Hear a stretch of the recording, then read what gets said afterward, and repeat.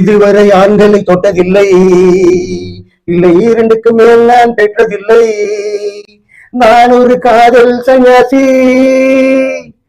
அழகான ஒரு ஞான ஆன்மீக தத்துவம் உள்ள இந்த வரிகள்.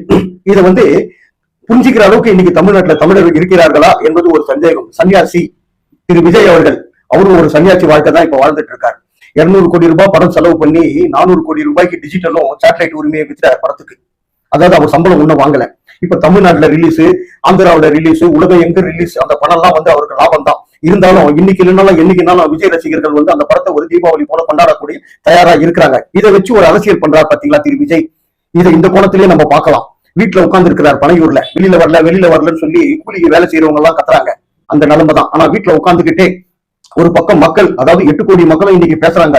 ஒரு பக்கம் பாசிச பாஜக இந்த படத்தை வெளியில விடல, இந்த பக்கம் பாயாச திமுக நம்மளை எதிர்க்குது, தியேட்டர் தரல, இப்படின்னு ஒரு நெரேட்டிவ் செட் பண்றாரு தெரியுங்களா திரு விஜய் அவர்கள். இந்த இடத்துல தாங்க விஜய் ஒரிஜினல் அரசியல்வாதி காமிக்குதுங்க.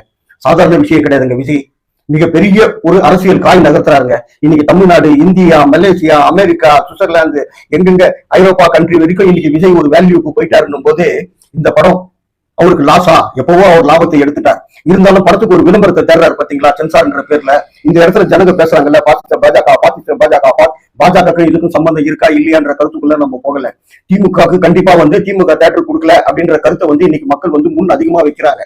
இவங்க 2 பேர் கருத்துக்குள்ளேயும் போகல. திரு விஜய் அவர்கள் 94, 95ல உண்மையான ஒரு பாஸ்டர் இருக்காங்க. நம்ம எல்லா பாஸ்டர் அல்ல ஒரு பாஸ்டர் கிட்ட படப்பெட்டியை வச்சு எஸ் ஏ சந்திரசேகரும் விஜயும் இந்த படத்துக்கு பிரேயர் பண்ணுங்க, நாளைக்கு ரிலீஸ் ஆக போகுதுன்னாரு. அந்த பாஸ்டர் உண்மையிலேயே ஒரு ஒழுக்கமான ஒரு பாஸ்டர். அதுல எதுவுமே நம்ம மாற்று கருத்தே சொல்ல முடியும். அவர் என்ன சொல்றாரு கேட்டீங்கன்னா, இந்த படத்துல பல ஆபாச காட்சிகள்லாம் வரும். இதை நான் இந்த படத்து பெட்டி மேல நான் கை வச்சு இயேசுநாதரை நான் கூப்பிட்டேன்னா நான் செய்யற அந்த பாஸ்டருக்கு ரொம்ப தவறான ஒரு விஷயம், இந்த மாதிரி காரியங்கள்லாம் நான் செய்ய மாட்டேன்னு சொல்லி திருப்பி அமைச்சிட்டார். அது இப்பத்தி கதை நீங்க பேசுறீங்க, 2026 கதையை பேசுறீங்க, நான் 95 கதையை பேசுறேன். அந்த பாஸ்டர் ரொம்ப நொந்து போயிட்டாரு. உடனே விஜய் அவங்க அப்பா அந்த பாஸ்டர் மேல ரொம்ப கோச்சிக்கிட்டு மன வருத்தப்பட்டுட்டு அங்க இருந்து போயிட்டாங்க. அந்த மதத்துல கொஞ்ச நாள் இருந்தாங்க போல இருக்கு. அந்த மதத்தை விட்டு அவங்க போயிட்டாங்க.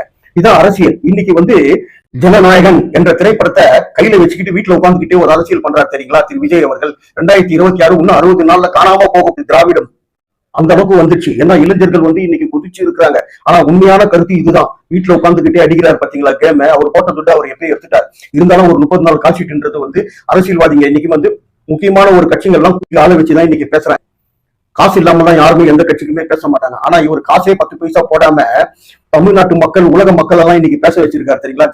ஜனநாயகன் இந்த பக்கம் பாசிச பாஜக எங்களை முடக்க பார்க்கிறது மக்களா ஒரு நெரேட்டிவ் செட் பண்ணி ஆரம்பிக்கிறாங்க தெரியுங்களா. விஜய் எதுவுமே பேசல, அமைதியா வீட்டுல உட்காந்துட்டு இருக்காரு. நான் ஒரு காதல் சன்னியாசி மாதிரி, நான் ஒரு அரசியல் சன்னியாசி. இது நீங்க காமெடியா பாக்குறீங்களா, என்ன பாக்குறீங்களா? இதுல உள்ள கருத்தை ரொம்ப ஆழமா பாருங்க. விஜய் ஒரு தேர்ந்த ஒரு அரசியல்வாதி. ஒரு கருணாநிதி மிகப்பெரிய ஊழல்வாதின்னு சொல்லி மக்கள் பேசுவாங்க. ஆனா ஒரே ஒரு கருணாநிதி தான், ஒரே ஒரு மோடி அவர்கள் எந்த கேஸுமே வெளியில எடுத்துட்டு வராம அப்படியே குமுக்கமா முடிக்கக்கூடியவர் சொல்லி மக்கள் பேசுறாங்க. ஒரு மோடி ஒரு கருணாநிதியை போல 1000 கருணாநிதி 1000 மோடி தாங்க ஒரு விஜய். இப்ப கூட நீங்க விஜய் தவறாவே நீங்க நினைக்கக்கூடாது. விஜய் ஒரு மகா மேல. அவரை பத்தி நீங்க தேவையில்லாமல்லாம் இன்னைக்கு உலகத்துல மக்கள் எல்லாம் பேசிட்டு இருக்கீங்க. மக்கள்ல இந்த கூலிப்படை ஆட்கள் எல்லாம் பேசிட்டு இருக்காங்க. ஆனா அடுத்த கட்டத்தை அவர் காய் நகர்த்துறாரு பாத்தீங்களா. இன்னும் 60 நாள் ஜனநாயகன் பேசப்படும். ஆனா அவர் போட்ட காசு எடுக்கப்படும். 10 பைசா செலவு இல்லாமலே இன்னைக்கு எல்லா இடத்துலயும் பேச வைக்கிறாருன்னா அவர் மிகப்பெரிய ஒரு தேர்ந்த அரசியல்வாதி என்ற கருத்தா நான் பாக்குறேன். ஆனா பொதுமக்களாகிய உங்கள் கருத்தை நான் வரவேற்கிறேன். தயவு செய்து உங்களுடைய கருத்துக்களை இதுல நீங்க பதிவிடுங்க. எப்படி இருந்தாலும் பரவாயில்ல, என்ன திட்டாலும் சரி, இந்த கருத்தை பத்தி உங்களுடைய கருத்து என்ன அப்படின்னு மறக்காம இதுல பதிவிடுங்க. நன்றி, வணக்கம்.